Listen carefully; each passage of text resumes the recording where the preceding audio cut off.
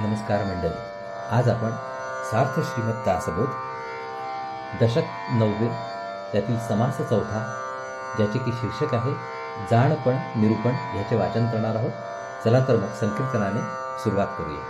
जय जय राम कृष्ण हरी जय जय राम कृष्ण जय जय राम कृष्ण हरी जय जय राम कृष्ण जय जय राम कृष्ण हरी जय जय राम कृष्ण जय जय राम कृष्ण हरी जय जय राम कृष्ण जय जय राम कृष्ण हरी जय जय राम कृष्ण जय जय राम कृष्ण हरी जय जय राम कृष्ण जय जय राम कृष्ण हरी जय जय राम कृष्ण जय जय राम कृष्ण हरी जय जय राम कृष्ण हरी.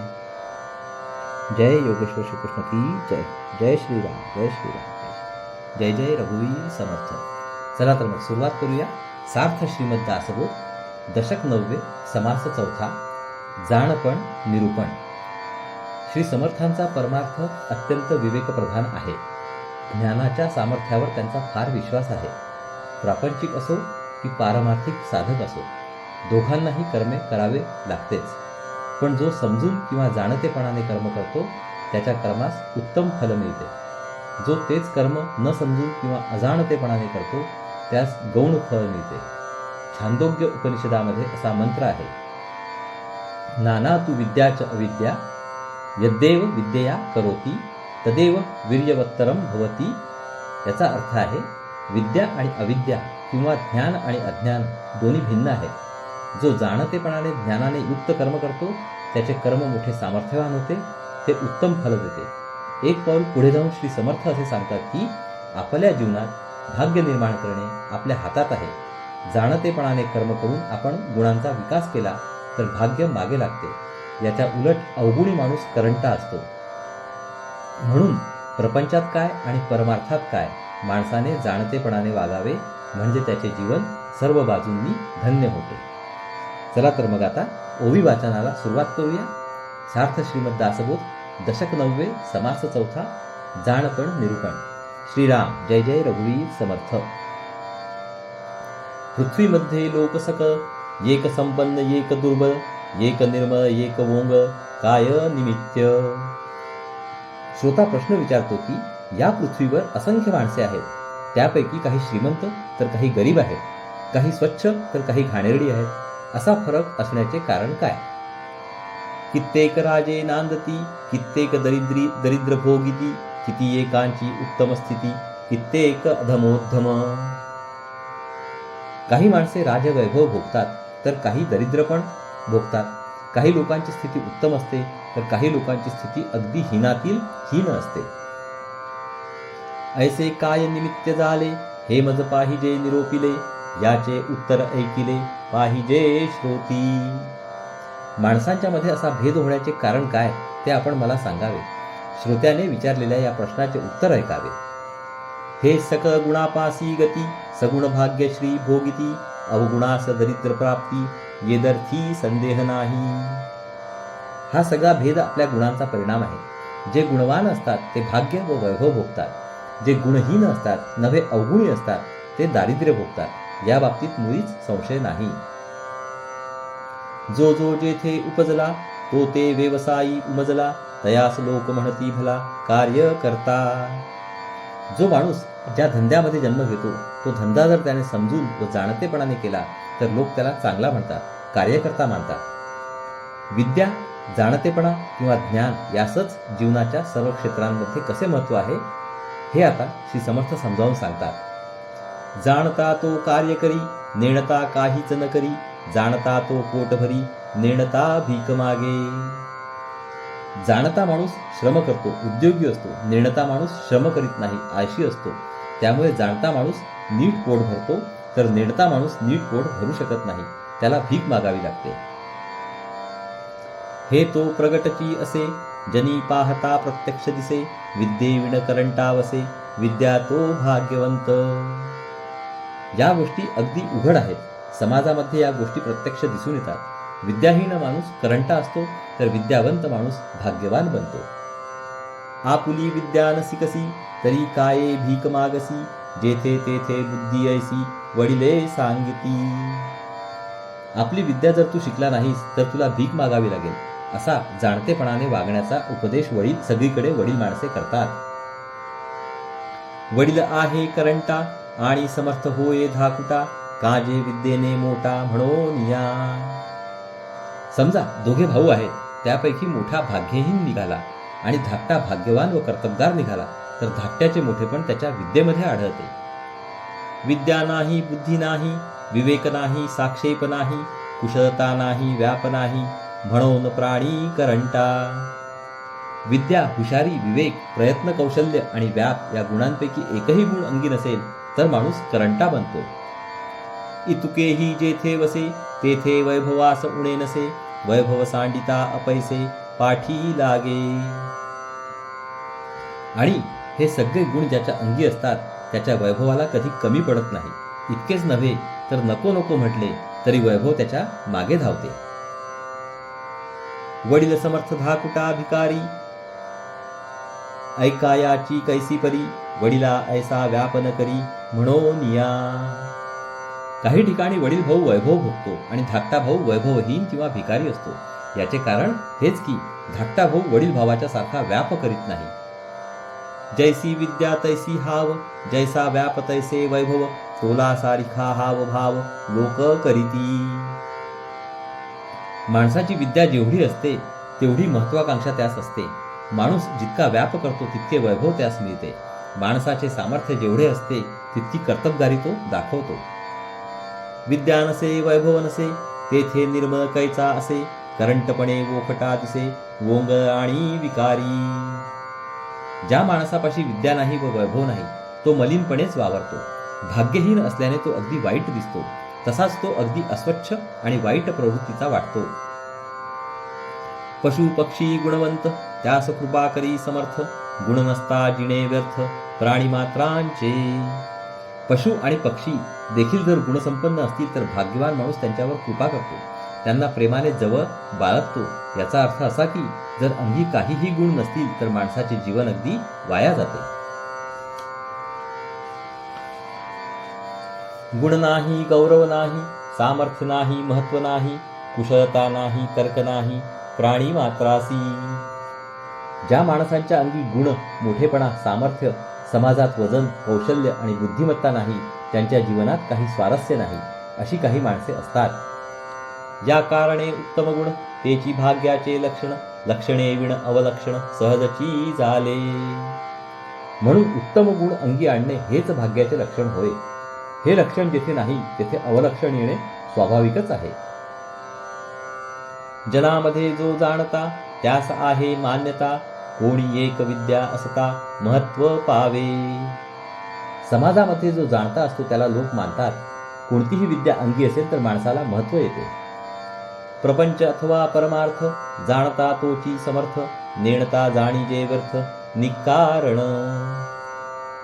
प्रपंचात काय किंवा परमार्थात काय, जो जाणता आहे तोच आपला प्रभाव पाडतो. जो नेणता असतो तो विनाकारण आयुष्य व्यर्थ घालवतो. नेणतेपण किंवा अज्ञान हेच सगळ्या वाईटाचे व अपयशाचे मूळ कारण आहे. नेणता विंचू सरपडसे, नेणता जीवघात असे, नेणता कार्य नासे कोणी एक. अज्ञानाच्या पायी साप किंवा विंचू चावण्याचा प्रसंग येतो. अज्ञानामुळे जीवाचा घात होतो. आपण करीत असलेले एखादे कार्य अज्ञानामुळे बिघडते.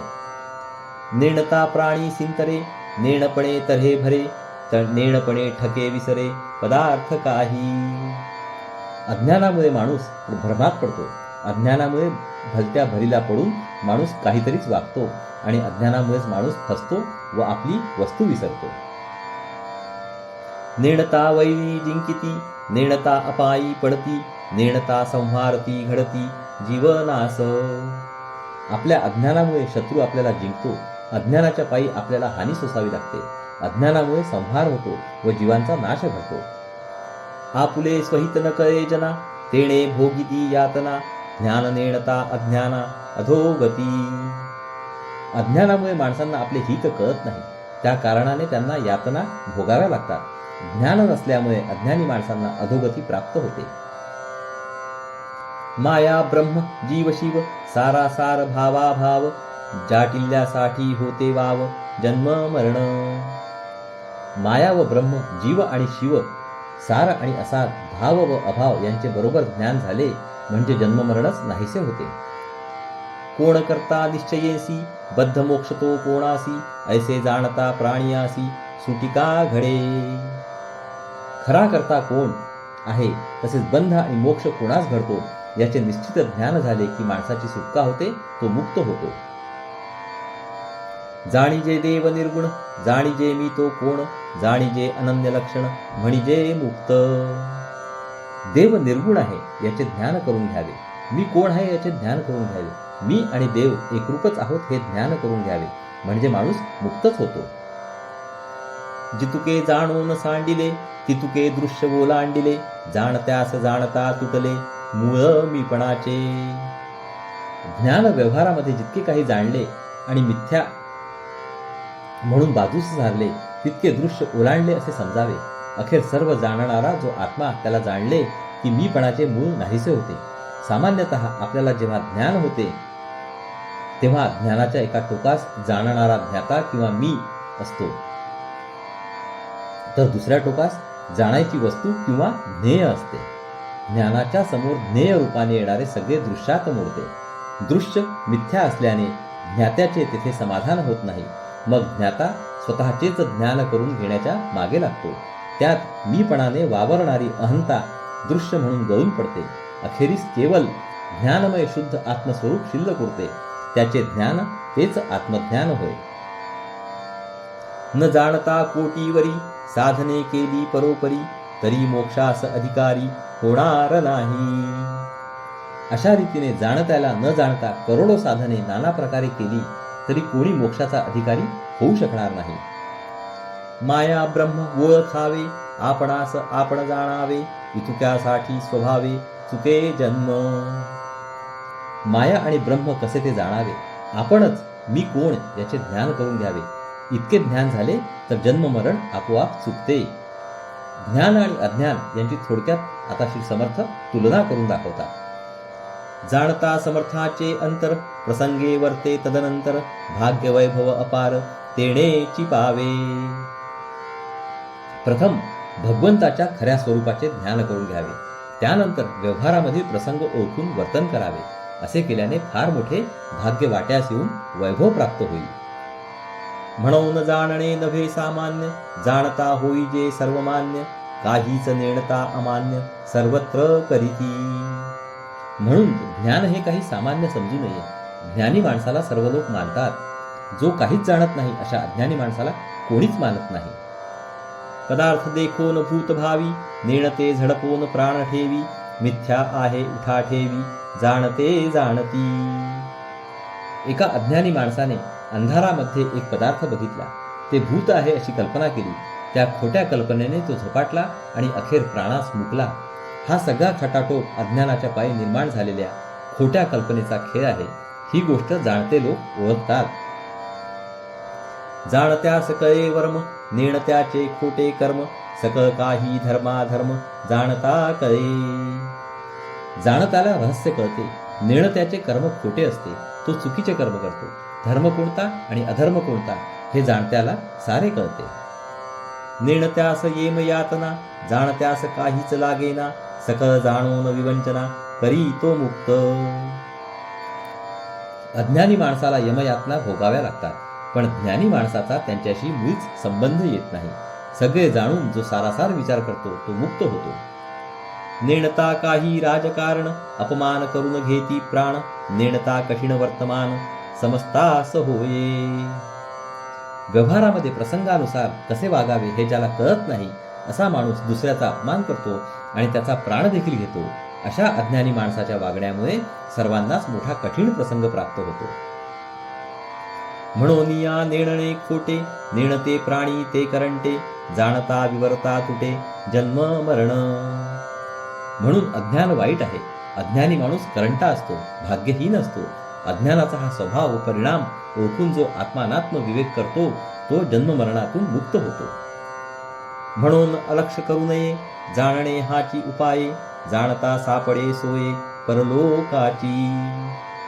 म्हणून ज्ञानाकडे दुर्लक्ष करू नये, ज्ञानाची हेळसांड करू नये. ज्ञान हाच सर्वोत्तम उपाय आहे. ज्ञानाच्या उपायानेच परमार्थाचा लाभ घडणे सोपे होते. जाणणे सकळास प्रमाण, मूर्खास वाटे अप्रमाण, परंतु अलिप्तपणाची खूण जाणता कळे. ज्ञानाचे थोरपण सर्वांना मान्य आहे, मूर्खाला ते पटत नाही. अलिप्त कसे राहता येते हे ज्ञान झाल्यावरच समजते. एक जाणणे करून परते, कोण सोडी प्राणिया ते, कोणी एक कार्य जेते, जाटिल्या विणन कळे. ज्ञानाला जर बाजूला सारले तर माणसाला अज्ञानातून मोकळे करणारे दुसरे कोणी नाही. कार्य कोणतेही जरी असले तरी ज्ञानाशिवाय ते कसे करावे हे कळणार नाही. श्री समर्थ ज्ञानपदार्थ कर्मावर भर देत आहेत. भक्ती असो की कर्म असो, प्रत्येकास ज्ञानाची पार्श्वभूमी अवश्य लागते असा त्यांचा अभिप्राय आहे. जाणणे म्हणजे स्मरण, नेणणे म्हणजे विस्मरण, दोहींमध्ये कोण प्रमाण, शहाणे जाणती. ज्ञान हे स्मरण रूप आहे तर अज्ञान विस्मरण रूप आहे. या दोन्हींमध्ये मान्य कोणते ते शहाणे पुरुष जाणतात. मी आत्माच आहे हे स्मरण अखंड राहणे हे ज्ञानाचे लक्षण, तर मी देह आहे हे दृश्याचे स्मरण अखंड राहणे हे अज्ञानाचे लक्षण होय. अज्ञानामध्ये स्वस्वरूपाचे विस्मरण असते.